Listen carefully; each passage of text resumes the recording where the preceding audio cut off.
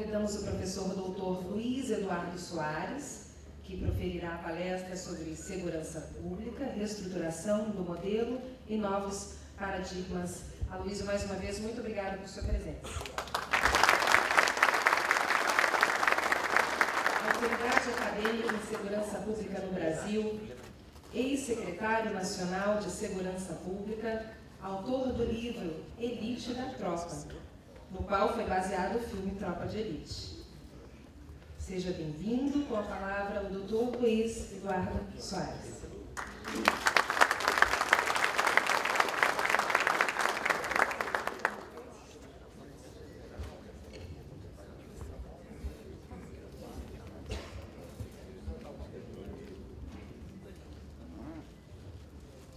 Boa noite, senhoras e senhores. Eu os cumprimento mencionando, homenageando o presidente Leal.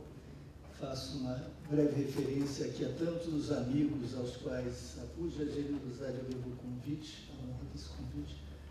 Baldens, estão aqui Flávio, Marcos, Rafael, Frederico, Sanderson, enfim, tantos Carlos, Debrando, ficam aqui os meus agradecimentos sinceros. Normalmente, os palestrantes iniciam as suas intervenções com uma retórica mais ou menos padrão, que nós enunciamos de forma reiterada, que, portanto, quase é memorizada, sai automaticamente. Essa retórica envolve o agradecimento, a menção à importância e relevância daquele momento, etc.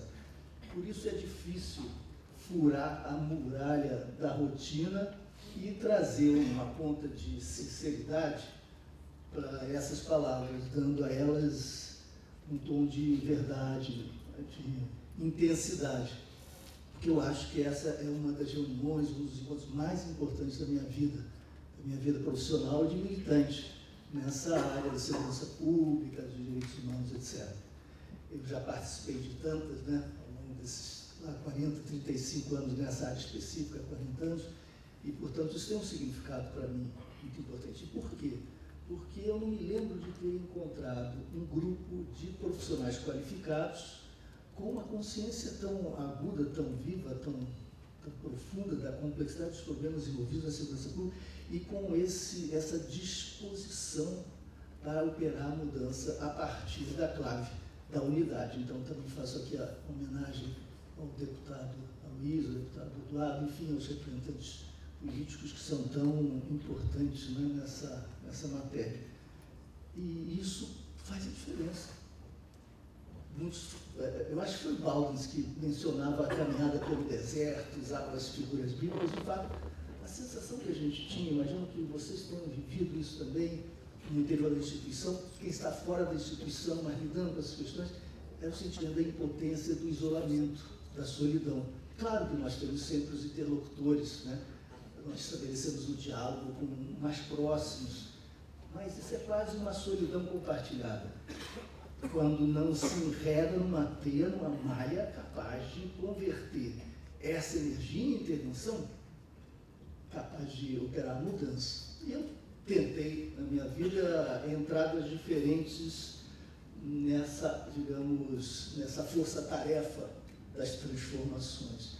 Eu fui subsecretário aqui no Rio de Janeiro, fui depois coordenador de Segurança e Justiça e Cidadania também no Estado do Rio de Janeiro, fui secretário municipal 2 vezes, lá no Sul, Porto Alegre, aqui no Nova Iguaçu, na Baixada Fluminense, fui secretário nacional no primeiro governo Lula, participei de 2 anos de elaboração do Plano Nacional, no qual nós sonhávamos alto e longe, e tudo isso mostrou limites. Claro que é enriquecedor, a experiência é enriquecedora, vivendo nos bastidores, vivendo o dia a dia da segurança pública a partir das instituições, a visão evidentemente muda, se torna muito mais nuançada, sofisticada, mais sensível para a multidimensionalidade dos problemas, etc. Então, claro que eu ganhei muito com isso, mas houve derrotas sucessivas. Algumas coisas ficaram, eu tenho muito orgulho, por exemplo, da delegacia legal, ela é muito pouco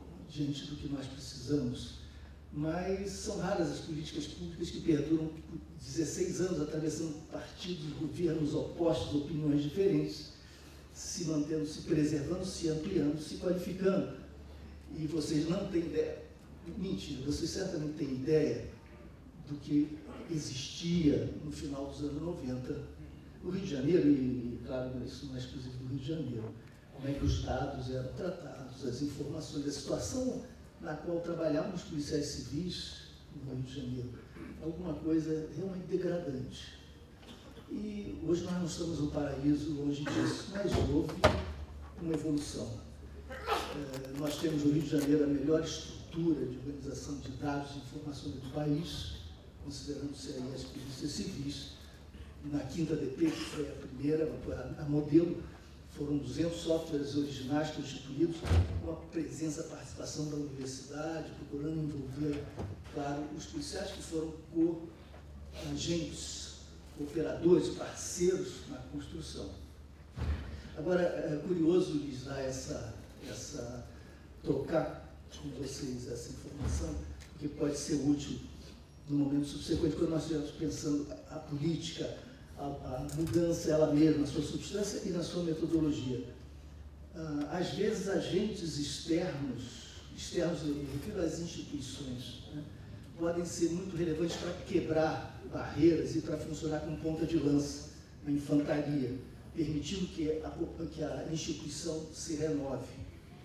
Havia no Rio de Janeiro, por exemplo, em certo momento, uma cultura corporativa na Polícia Civil em que o ceticismo imperava. O ceticismo dava o tom, nada é possível, nada se alcança, não é possível dar nenhum passo, nós somos condenados eternamente a isso. E quando você pensa diferente, é porque você é novato, está chegando agora, ou vem de outra área, você não sabe a aspereza, a rusticidade, a dimensão da resistência, não há o que fazer, não há como fazer, isso sempre foi assim. O discurso da derrota, que transmite uma depressão. Claro que, do fundo do poço da depressão, o que é que nós vamos fazer? Até o trabalho cotidiano se torna mais penoso, que já era terrivelmente penoso, porque imagine, com a cela atrás, porque as delegacias eram prisões também, né, eram cadeias públicas do velho estilo, a aproximação de cada cidadão se torna perigosa, né, quando recepcionado adequadamente como um cidadão, prestar-lhe assistência, serviço, você poderia estar armado buscando a sedição, a insurgência, etc. Então, nós estamos numa praça de guerra em condições precárias, materiais, morais, etc. Isso tudo associado a esse ceticismo. É impossível mudar. E aí a atitude mais usual é a do puxadinho, porque existe também no Brasil a cultura do puxadinho. Olha, já que não dá para fazer o que a gente tem que fazer, porque não dá muita coisa, é muito complexo, a gente melhora um pouquinho, melhor do que nada. Vamos botar um computador, pinta aquela parede, dá um pouco mais de dinheiro. Minha gente, foi isso que nos trouxe ao fundo do poço. Nós adiamos o enfrentamento das grandes questões na sua dimensão sistêmica e aceitamos negociar no varejo as pequenas concessões como se elas implicassem alguma reforma, mas o mesmo tragou o novo, porque o novo é episódico, circunstancial e tópico, acabou tragado por essa tsunami da rotina, uma rotina medíocre, comprometida com a inviabilidade da gestão pública. Não havia gestão pública possível, governança possível, nós tínhamos barões feudais, era o nome que eu dava conversando com meus amigos da Polícia Civil. Delegados, e às vezes nem só delegados, inspetores que conduziam seus grupos de delegados, às vezes o contrário, que conduziam suas próprias práticas e levavam consigo as informações. As informações eram privadas, os policiais sabiam muito sobre a criminalidade do Rio, a instituição nada. Porque não havia um sistema de partilha organizada, sistemática das informações. E os boletins de ocorrência podiam ser negociados de acordo com a moral flexível de uns e outros. Nós sabemos como isso acontece. E as adulterações se davam, enfim, nós conhecemos a história. O fato é que não havia instituição, institucionalidade, vertebração institucional. E cada pequeno gueto funcionava à sua maneira, inclusive com processos de trabalho próprios, com acordos trabalhistas próprios.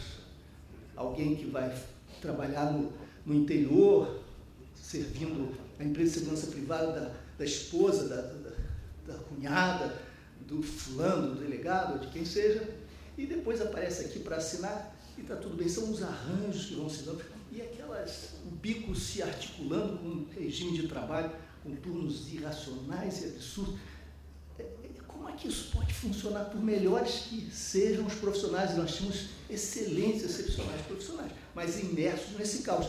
Vocês sabem que eu já enfrentei situações difíceis na vida nessa área, mas as ameaças de morte mais duras, digamos, mais reais, ou que me fizeram levar a sério essa possibilidade, provieram da resistência à delegacia legal, que era um processo, uma proposta, um projeto de modernização. Porque o terror, a corrupção, precisam do caos e da anarquia.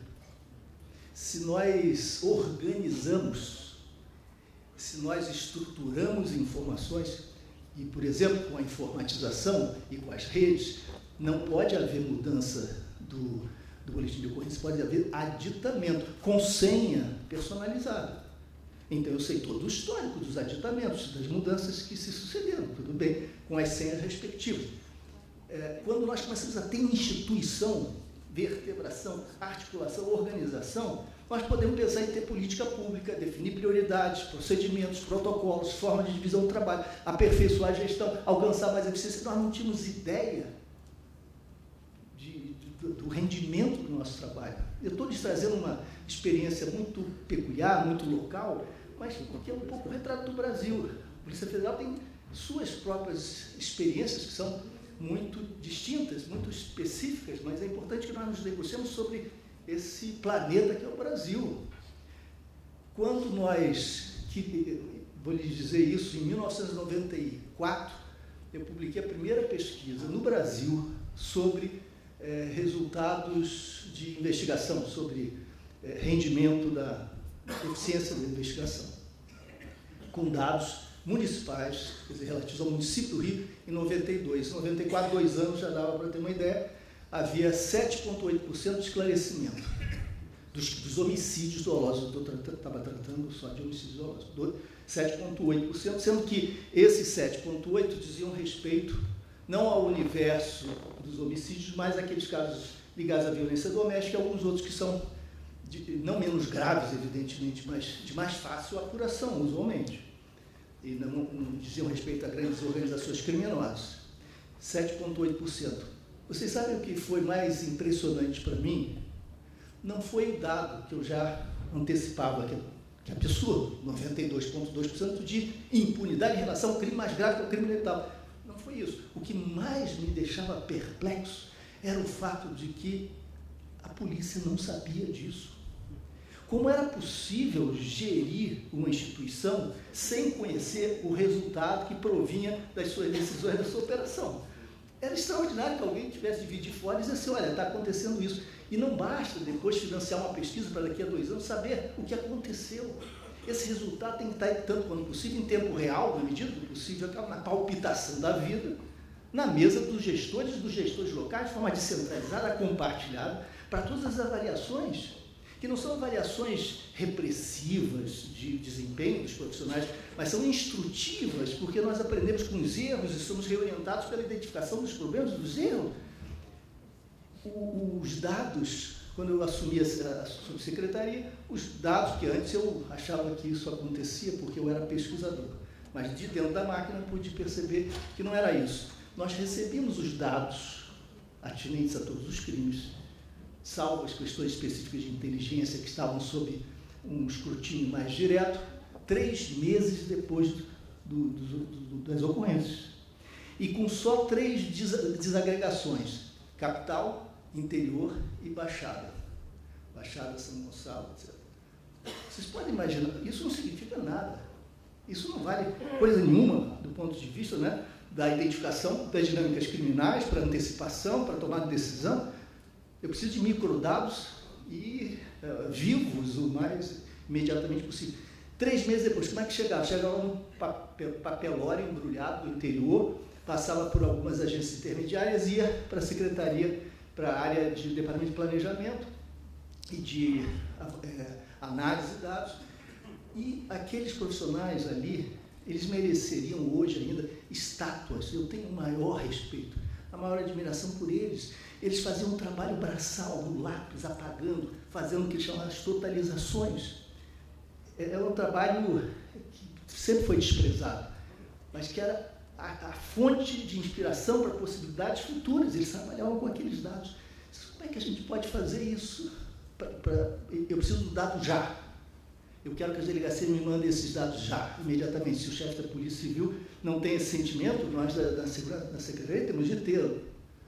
Bom, vamos fazer o quê? Fax? O fax, vocês sabem como é. O 8 vira 6, o 3 vira 8, o 0, você não sabe se é 8. Em 24 horas você percebe que é uma péssima ideia. Você vai fazer o quê? Vai mandar um helicóptero para ir buscar todos os dias? Bom, nós temos que, para ontem, informatizar esse sistema e mudar inteiramente os procedimentos, fazer com que isso seja compromisso vital, prioritário, para reerguer a instituição, etc. Então, nós precisamos dessa estrutura, precisamos dos softwares adequados, precisamos mudar as rotinas em função disso, com a participação dos policiais, que eles é que vivem esse cotidiano. E aí, qual é a barreira? Dupla. A inércia, a rotina. Todos nós, né? Nós não gostamos das mudanças porque nos atinge, nós nos sentimos incapazes, inseguros, há um campo de incerteza que se abre diante disso, então isso é difícil. Mas, por outro lado, nós começamos a verificar que havia uma resistência que se organizava politicamente e que depois se organizava com armas, com atentados, etc. Não seria possível modernizar a instituição. Aí, quando eu ouvia companheiros mais à esquerda dizendo, muito bonito, mas é administrativo, isso não vale nada, não vai à essência das questões.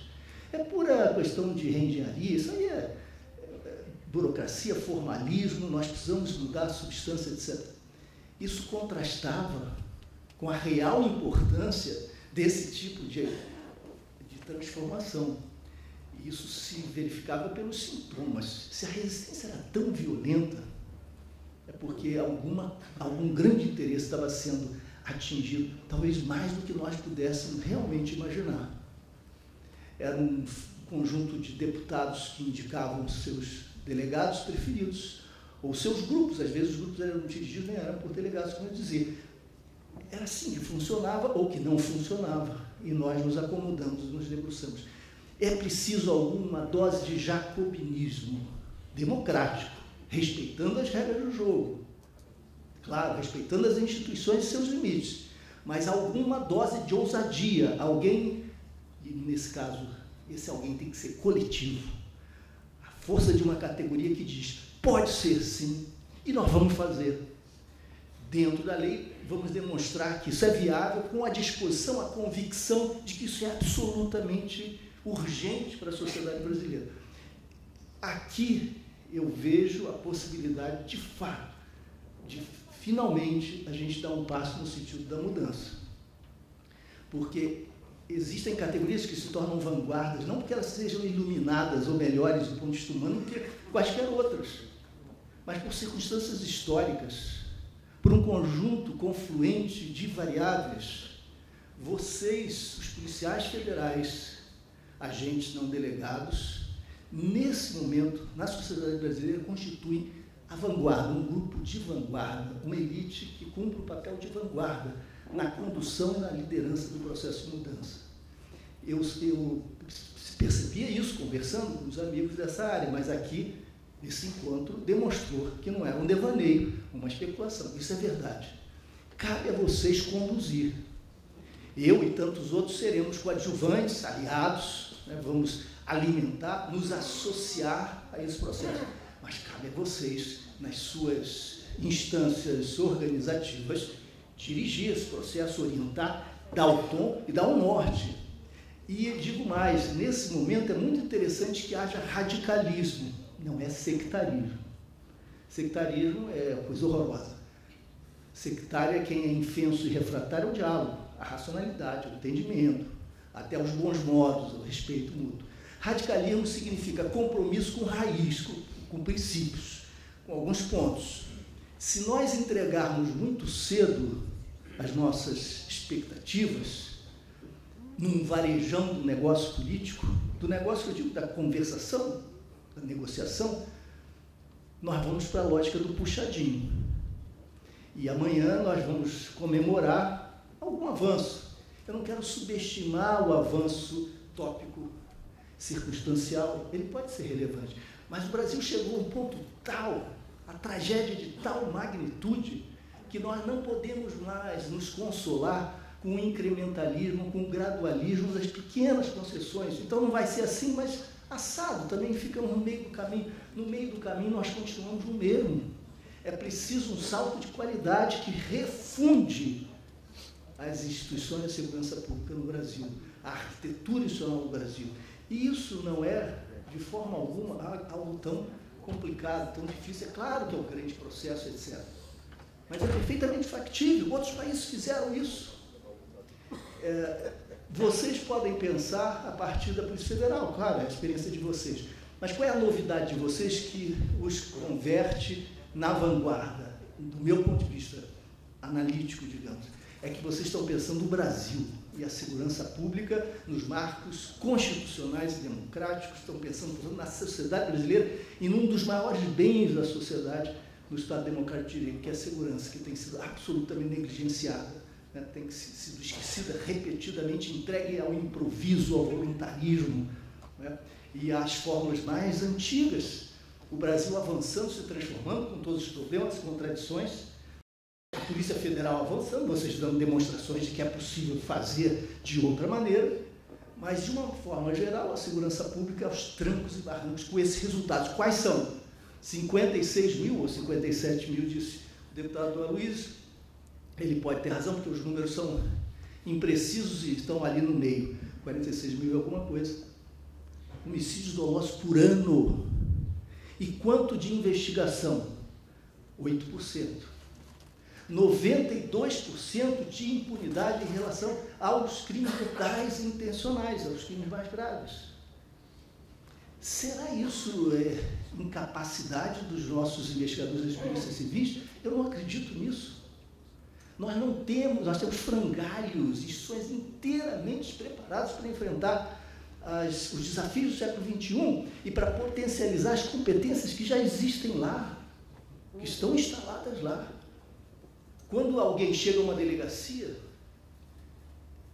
um jovem, para trabalhar como agente, como investigador, recebe dezenas de milhares de inquéritos. Vamos enfrentar essa montanha. Nós nunca vamos avançar se nós estivermos sempre soterrados e condenados pelo passado.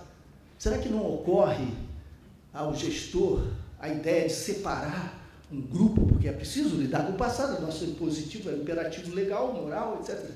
Mas inaugurar um tempo zero e dizer daqui para frente vai ser diferente, nós vamos trabalhar assim com a perícia, assim com a investigação, assim precisamos de tantas pessoas com acordo com a polícia militar, com a preservação dos espaços, etc, etc. A partir de agora nós vamos acompanhar todos os casos de homicídio, porque o homicídio é a vida e essa é a prioridade. Nós vamos trabalhar a sério, sejam quem forem os autores, etc., os perpetradores, mas nós precisamos de uma parte da polícia dedicada a isso. Nós não vamos fazer com que esses se prendam a tarefas derivadas de um passado que acumula exigências. Eu não sei quais são os dados atuais, não tenho mais acesso, é difícil ter essas informações. A última informação que eu tinha que havia, isso já tem muito tempo, foi em 2007, havia 144 mil solicitações de laudos periciais não atendidas no estado do Rio de Janeiro. Você entra na fila, você é o quê? 100º, 47º, milésimo, etc. Enrola. A não ser que haja um foco midiático e o crime se converta em objeto de atenção política. Nesse caso, a avaliação se distingue, evidentemente, há uma focalização e investimento. De outra forma, nós entramos para a rotina. Essa é a rotina que nós já contratamos. Essa taxa de impunidade, nós já a contratamos. Fazer o mesmo e repetir o mesmo não produz resultados diferentes. Nós sabemos disso, isso é absolutamente trivial. Aí, bom, daí se deduz Brasil, país da impunidade. A mídia adora essas manchetes. Mentira, um imenso equívoco.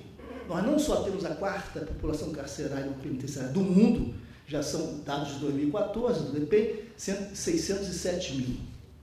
Mas nós temos a taxa mais veloz de crescimento de população prisional do mundo. Não é a partir dos governos neoliberais que desmontaram políticas sociais, geraram desemprego e produziram esse efeito, como alguns teóricos marxistas supõem. Não é por isso, isso estoura em 2002, 2003. Governos Lula, pode-se dizer qualquer coisa a respeito dos governos Lula, menos que eles sejam governos neoliberais que produzam esse tipo de desmonte de Estado. Não se trata absolutamente disso.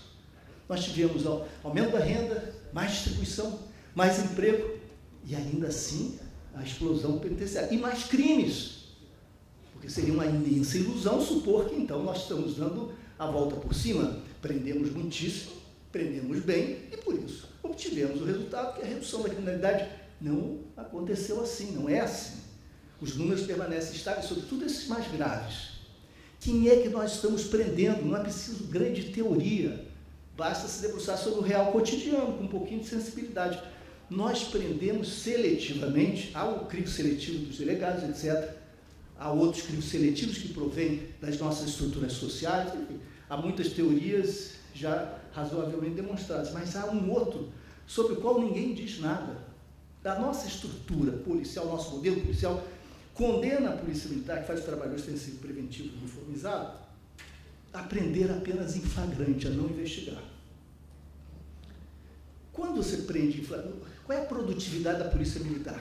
O governador acorda às 6 da manhã, olha a manchete dos principais jornais. O crime que estiver em destaque vai ser objeto de um comentário com o secretário de Segurança. Vai ligar para o secretário, acordá-lo às 5h30, 6 horas. O secretário vai acordar o comandante da Polícia Militar, que vai chamar o chefe do Estado-Maior, que vai chamar o comandante do batalhão local, e por aí vai. Vocês sabem que o linguajar, o vocabulário, né, vai mudando de tom na medida em que na hierarquia vai se descendo. Aquela velha história. É preciso resolver esse caso e transformar a agenda negativa numa agenda positiva. A preocupação dos governos, via de regra, salvo exceções, é basicamente mudar a agenda, ou seja, mudar a direção do vento da opinião pública nas manchetes de jornal. Não é efetivamente resolver aquele outro dilema da segurança pública, é tirar da mídia e, portanto, supostamente resolver o problema. Tirar da mídia significa alguma iniciativa que mude a agenda, etc, etc. O que a polícia militar, que é aquela pressionada pelo dia a dia dos acontecimentos, faz? Ela tem que ser mais produtiva. O que é produtividade para a polícia militar? Falo isso com todo respeito aos milhares de amigos, de companheiros das polícias militares, não tem nada a ver com a sua vontade individual, sua consciência, seu compromisso, sua disposição profissional, sua competência. Qual é a produtividade? Como é que se mede isso para a população brasileira? Com prisão e apreensão de armas e drogas. É assim que se trabalha. Bom, a polícia tem que produzir, a polícia militar. Então, ela vai prender. Quem é que ela vai prender? Quem é passível de prisão em flagrante?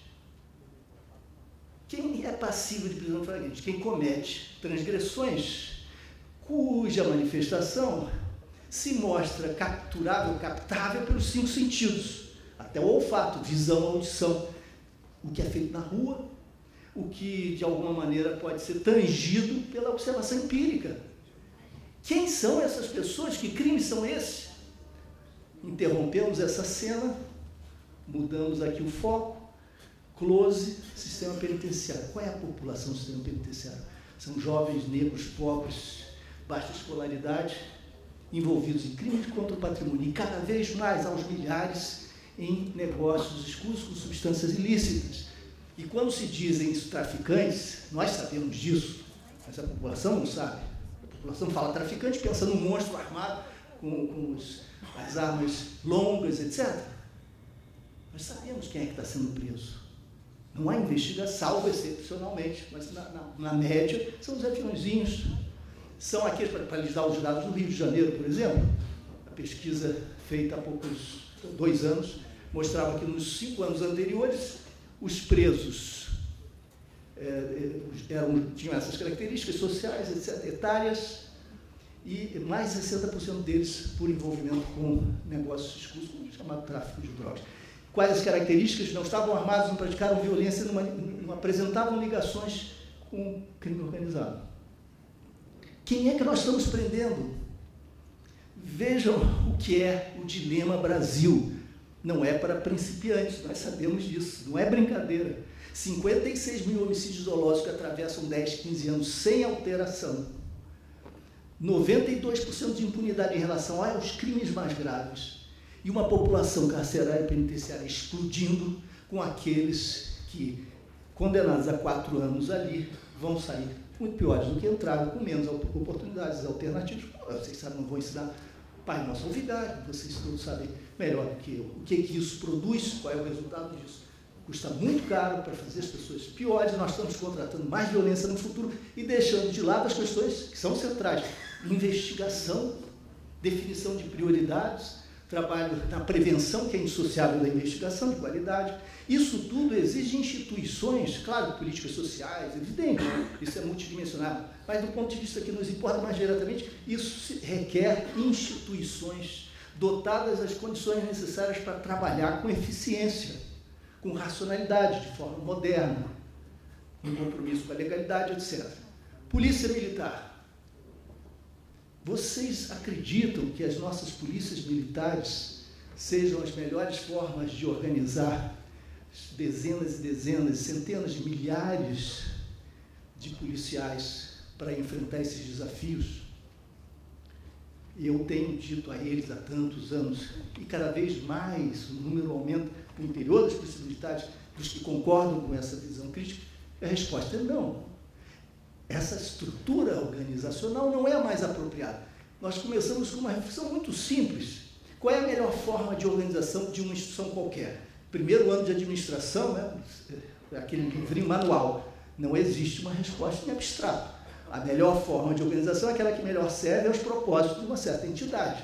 Se é um supermercado, um clube de futebol, uma empresa de mídia, uma polícia. As estruturas, obviamente, são diferentes. Por que é que uma polícia se organizaria à moda do Exército, copiando-lhe a estrutura, se as finalidades são distintas? Não faz sentido nenhum, porque, como nós vimos na referência anterior, só haveria a necessidade de cópia, a conveniência da similitude, da analogia, da reprodução daquele modelo do Exército, se as finalidades fossem as mesmas. Não são.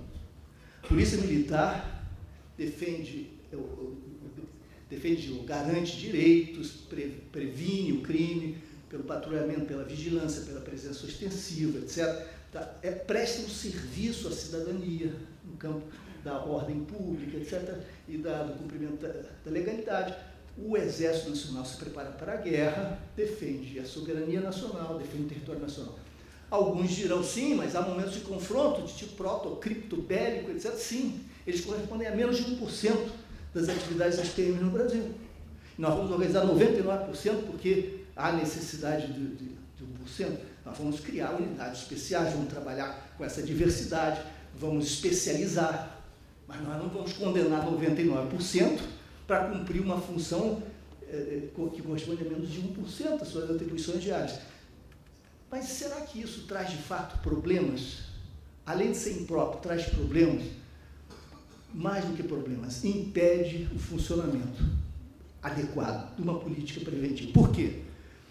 A forma, pelo menos as experiências que eu acompanhei ao longo da minha vida, no Brasil e no exterior, ou diretamente, ou lendo, assim como vocês devem ter vários relatos desse tipo, todas elas demonstram que o melhor padrão de funcionamento de uma polícia preventiva, em condições usuais, é aquela em que o policial é o gestor local da segurança pública. O que significa gestor local? Aquela pessoa que se apropria das informações atinentes àquela praça, aquela rua, aquela circunstância, analisa o que está em jogo, quais são as prioridades, quais são os principais desafios, ouve quem está envolvido 24 horas ali, filtrando, porque sabe muito bem que as comunidades não só não sempre dizem a verdade, mas muitas vezes são preconceituosas, racistas, homofóbicas, misóginas, etc. E nós temos a Constituição para respeitar, a legalidade para observar. Então, nós ouvimos seletivamente, mas ouvimos, dialogamos,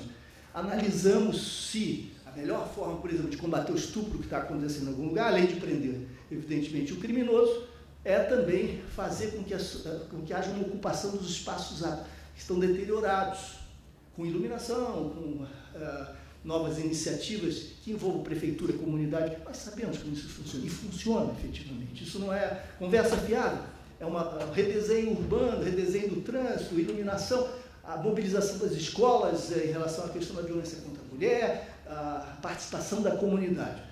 Isso muda realidades. Né? Isso requer o quê? E eu me lembro, eu aprendi a ouvir isso pela primeira vez no final dos anos 80 no Harlem, lá em Nova York. Eu morei uns anos e acompanhei a experiência, a mudança da polícia lá foi muito interessante. O sargento Rivera, que era esse sujeito excepcional, sobre o qual até já escrevi, ele me disse pela primeira vez, me mostrou um celular, que era um objeto estranho naquele momento, parecia um orelhão de bolso, sabe, aquele celular pesadão, um tijolo. Dizia, essa é minha arma, minha principal arma aqui, de articulação dos poderes municipais, das diversas iniciativas, com lideranças comunitárias. E ele fez toda uma análise dos problemas, das dinâmicas que estavam encetando aqueles resultados. O sujeito tinha preparo, porque o trabalho de polícia requer muito preparo, sofisticação, capacidade analítica. Ele era formado, digamos, na vida, mas com o olhar multidimensional, compreendendo o que estava em jogo, e mobilizava atuações multissetoriais da prefeitura. Não é que ele fosse prefeito local, ele não tinha autoridade para isso, ele era supervisionado pelo sargento, ele não substituía a liderança da comunidade, mas ele atuava com liberdade, com autonomia, valorizado por sua instituição. Isso requer uma estrutura plástica, flexível, mais horizontalizada, não inteiramente, mas mais horizontalizada, descentralizada.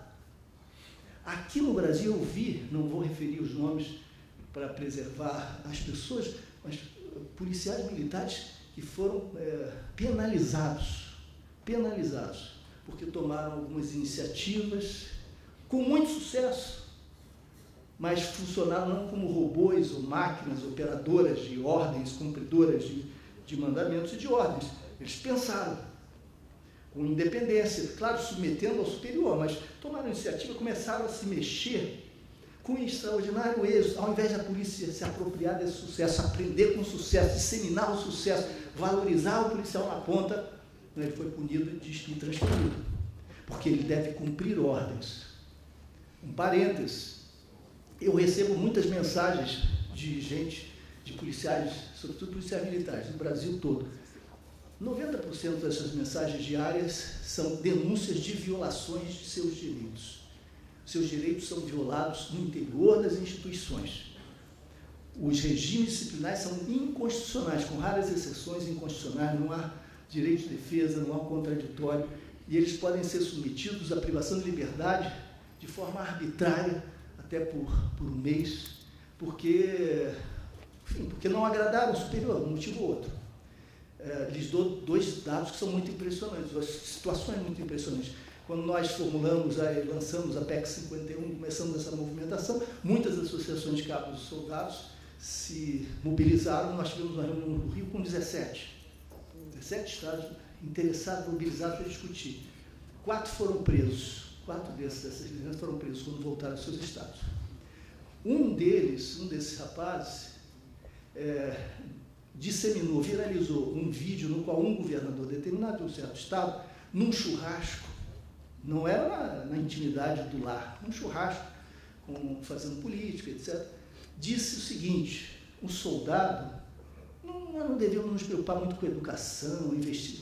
O soldado tem que cumprir ordem, e essa pessoa muito educada começa a ter caraminhola na cabeça, questionar, pensar muito. Isso não serve. Ele é um soldado, ele cumpre ordem. Isso é absolutamente escandaloso, e ele, que é uma liderança de cabos e soldados, teve acesso a esse vídeo e viralizou, colocou na internet, onde foi preso por um mês.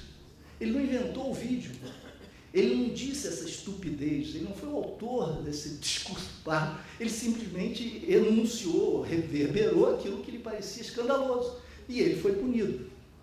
O presidente nacional de uma das 3 associações de cabos soldados do Ceará foi exonerado. Ele já estava chegando perto da aposentadoria, vocês imaginam o que isso significa? Por quê? Porque ele foi um crime bárbaro. Qual é o crime bárbaro dele?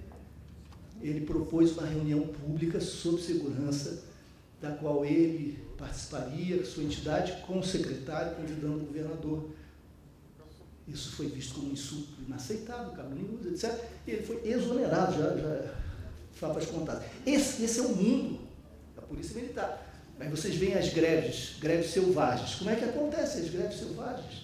Os governadores não ouvem as demandas, os policiais estão se virando. Como é que eles fazem? Bicos ilegais. A Polícia Federal é supostamente responsável por isso, não vai meter a mão nesse vespeiro, nem teria como. Isso vai criando uma realidade paralela à sombra da lei, não há vigilância possível para isso. Esse é o vespeiro do qual vão brotando algumas sementes malignas e tumores. Isso gera milícias e gera outras aberrações. É desse universo. A gente sabe como isso se desenvolve. Mas o governador nega e negocia com que representante da categoria dos policiais militares? O comandante-geral. Ele não é representante da categoria, ele é representante do governo. Mas ele fala em nome da categoria porque ele supostamente a controla. Isso vai até o momento em que há a explosão da indignação, as condições são muito precárias, alguém dá um grito, o outro vai para a rua, enfim, aí vocês sabem a que isso conduz. É assim que nós estamos caminhando, né, na ausência de sindicatos para esses profissionais. A ideia de que o sindicato é um risco para a ordem pública, ameaça a ordem pública, é um imenso equívoco, na verdade, uma manipulação. É um imenso equívoco. Nós temos mais de 200 greves selvagens dos policiais militares. Por que nós não temos sindicatos? Nós não temos negociação, nós não temos diálogo, não temos representação orgânica. E os policiais militares nunca puderam colaborar para esse grande debate pela mudança. Vocês sabem, por óbvio, né? E a situação vai se agravando. E o segundo, último fato, que eu presenciei, nós tivemos aqui no Rio uma iniciativa muito interessante do Ministério Público, um TAC, tinha sido originalmente até uma sugestão minha, um termo de ajuste de conduta. Bom, o Ministério Público tem que cumprir sua tarefa, não cumpre suficientemente sua tarefa de controle externo da atividade policial. No Rio de Janeiro, nós tivemos de 2003 a 2014, inclusive, 10.699 mortes provocadas por ações policiais. E fica por isso mesmo. Todos os casos são autos de resistência justificados, a Justiça abençoa, o Ministério Público se cala, salva excepcionalmente quando o caso chega à mídia. É assim que nós vamos edificar um Estado democrático de direito, com execuções extrajudiciais, e os policiais morrendo também, sendo vítimas desse despropósito, dessa irresponsabilidade, dessa inconsequência de políticas absolutamente erráticas, improvisadas, etc. Então, e mais do que isso, os policiais começaram a mobilizar o Ministério Público com denúncias a respeito das violações que sofriam nas UPPs, trabalhando em condições precaríssimas, sem higiene, sem água, sem alimentação, com aqueles casulos de ferro, como é que se chama aqueles contêineres, sem ar refrigerado, dizem que tem, mas não tem a luz para ligar, ele quebra, e sem proteção para enfrentar o crime organizado, enfim, foram vítimas numerosas vezes. Eu fiz uma reunião reservada com 3 coronéis amigos meus, excelentes figuras da PM, com a promotora, com a procuradora, e ela começou a ler. Policiais militares, trabalhadores policiais militares de várias regiões de UPP do Rio de Janeiro vivem e trabalham em condições análogas à da escravidão. Os meus amigos coronéis disseram assim, sabe por quê? Porque são militares. Porque se fossem civis, eles não aceitariam, não admitiriam. Porque é possível, em função do fato de que são militares, que haja imposições para além do dever, porque há o dever, os turnos extra, mas há limites, inclusive para os extras, é claro, limites humanos. Nada disso é respeitado, porque o governador diz, vire-se para o secretário, mas o cobertor é curto, o que eu vou fazer? Vou abandonar outras áreas. Problema seu, tem que resolver isso agora. E isso é repetido, e o comandante da área, ou o comandante responsável, dirá o mesmo para o trabalhador. Você tem que ir para casa? Você está exausto? Mas é uma questão de Estado, uma questão de responsabilidade, você não pode. E se você replica, responde, você vai ser punido. Esse mecanismo, na verdade, funciona, parece um discurso agora marxista dos anos 50, século passado, mas como instrumento de exploração da força de trabalho, até o limite do possível. E, de fato, é isso, é um instrumento de exploração, um limite. Então, nós temos várias razões pelas quais não faz nenhum sentido que nós mantenhamos esse quadro assim. Vocês me perdoem, eu vou concluir, mas não queria deixar de ler um parágrafo para vocês. Por que eu tomo a liberdade de ler? Porque eu já consultei interlocutores com formações jurídicas superiores, mais do que isso. Autoridades do país com muita responsabilidade na área não conheciam isso. E por isso eu tomo a liberdade de ler. Segundo a Constituição, as polícias militares são forças auxiliares e reserva do Exército, claro, nós sabemos disso, e sua identidade tem expressão institucional por intermédio do decreto número tal, não vou ler os números todos, as datas, etc., modificado pelo tal.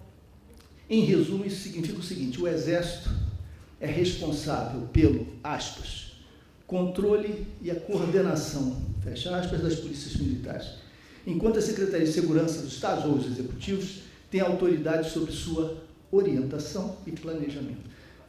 Se alguém aqui puder me explicar, porque nunca ninguém conseguiu, qual é a diferença entre controle e coordenação e orientação e planejamento, ganha um doce, ganha um mês no melhor presídio, 5 estrelas da PM. Em outras palavras, os comandantes gerais das PMs devem reportar-se a 2 senhores. Aqui, o mais interessante, indicar os comandantes é prerrogativa do Exército. Artigo 1 do decreto tem todos os dados, ao qual se subordinam pela mediação da Inspetoria Geral das Polícias Militares, que passou a integrar o Estado-Maior do Exército em 69, e as segundas seções das P2, que são dedicadas, como a gente sabe, ao Serviço de Inteligência, assim como as decisões sobre estruturas organizacionais, efetivo, ensino e instrução do Exército. As PMs obrigam-se a obedecer regulamentos disciplinares inspirados no regimento vigente, etc., do Exército. E, por fim, se diz muito claramente que o comandante-geral é indicado pelo Executivo, mas pode ser indicado pelo comandante do Exército da região. Vocês já imaginam? Isso é verdade, gente. Nós estamos convivendo com isso. 2015, nós convivemos com uma bomba relógio, o dia em que, felizmente, ninguém no Exército teve esse impulso de agir, de intervir, mas teria possibilidade legal de fazê-lo. Mas o governador também, o que geraria um conflito institucional, um conflito federativo de grande implicação. Nós mantemos, portanto, essa duplicidade, e isso é o sintoma do nosso modelo do puxadinho. Nós vamos varrendo para baixo do tapete. Por exemplo, os municípios, o 144 não se refere praticamente a municípios, existe a possibilidade da criação da Guarda Municipal, porque ela é simplesmente responsável pelo próprio municipal. São porteiros, essa é a ideia da Constituição. Ocorre que, depois da Constituição, os municípios se tornaram entes federativos fundamentais para todas as políticas públicas relevantes, saúde, social, educação, etc., da ideia da corresponsabilização, da divisão de tarefas, da divisão do trabalho. Da segurança, não.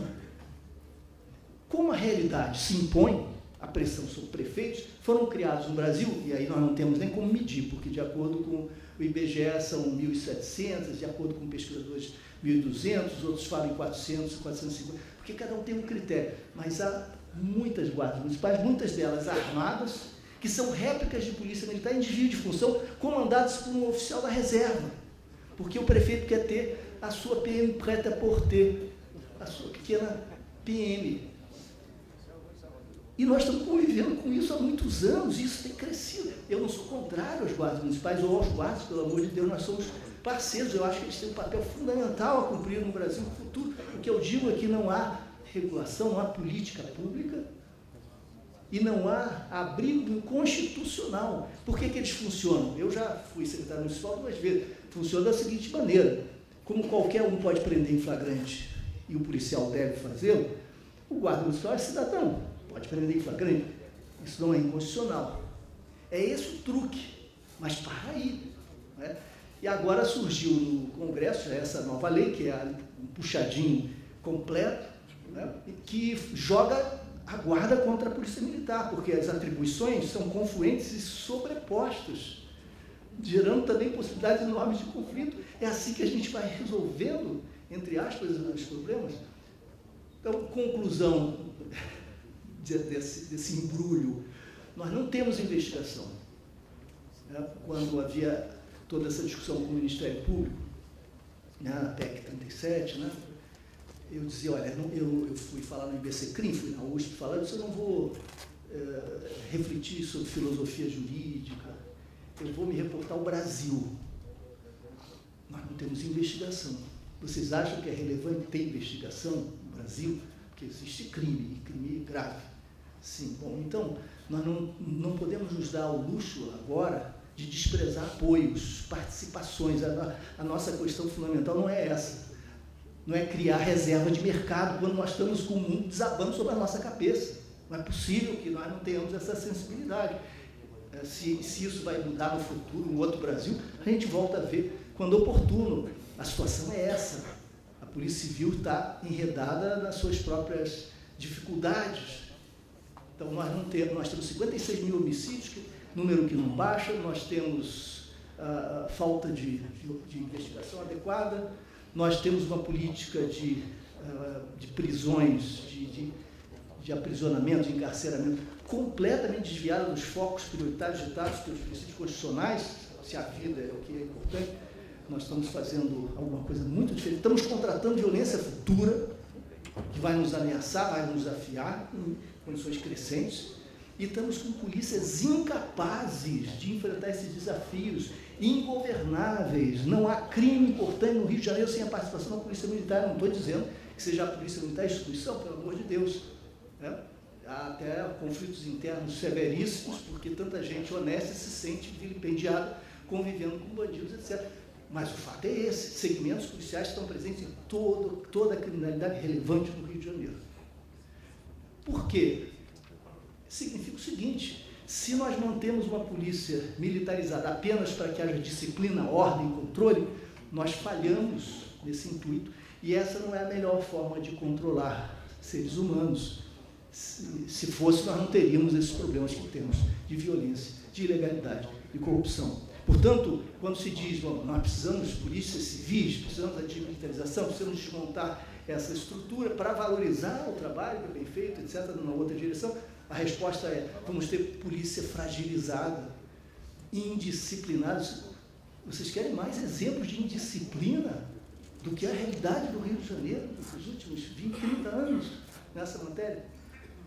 Portanto, por isso as ideias que estão lá contempladas na PEC 51 são a desmilitarização, entendida a partir, enfim, dessas referências que eu fiz, a necessidade de nós tivéssemos polícias com outra estrutura que valorizasse os policiais na ponta, etc.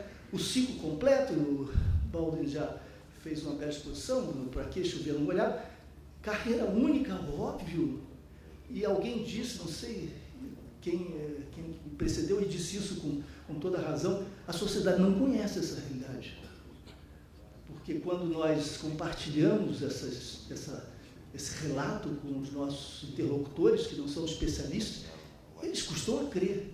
Alguém de muito jovem, recentemente formado numa universidade, estudou direito, vai comandar, os homens estão mulheres há 20 anos ali, mas é assim. Essas pessoas foram formadas para administrar, para gerir, foram formadas em segurança pública? Não, direito, que é uma das áreas relevantes, apenas uma delas. É assim que funciona. Só que as pessoas vão ganhar mais, ter mais prestígio e tem possibilidade de evoluir e de liderar. a sua instituição, os outros não.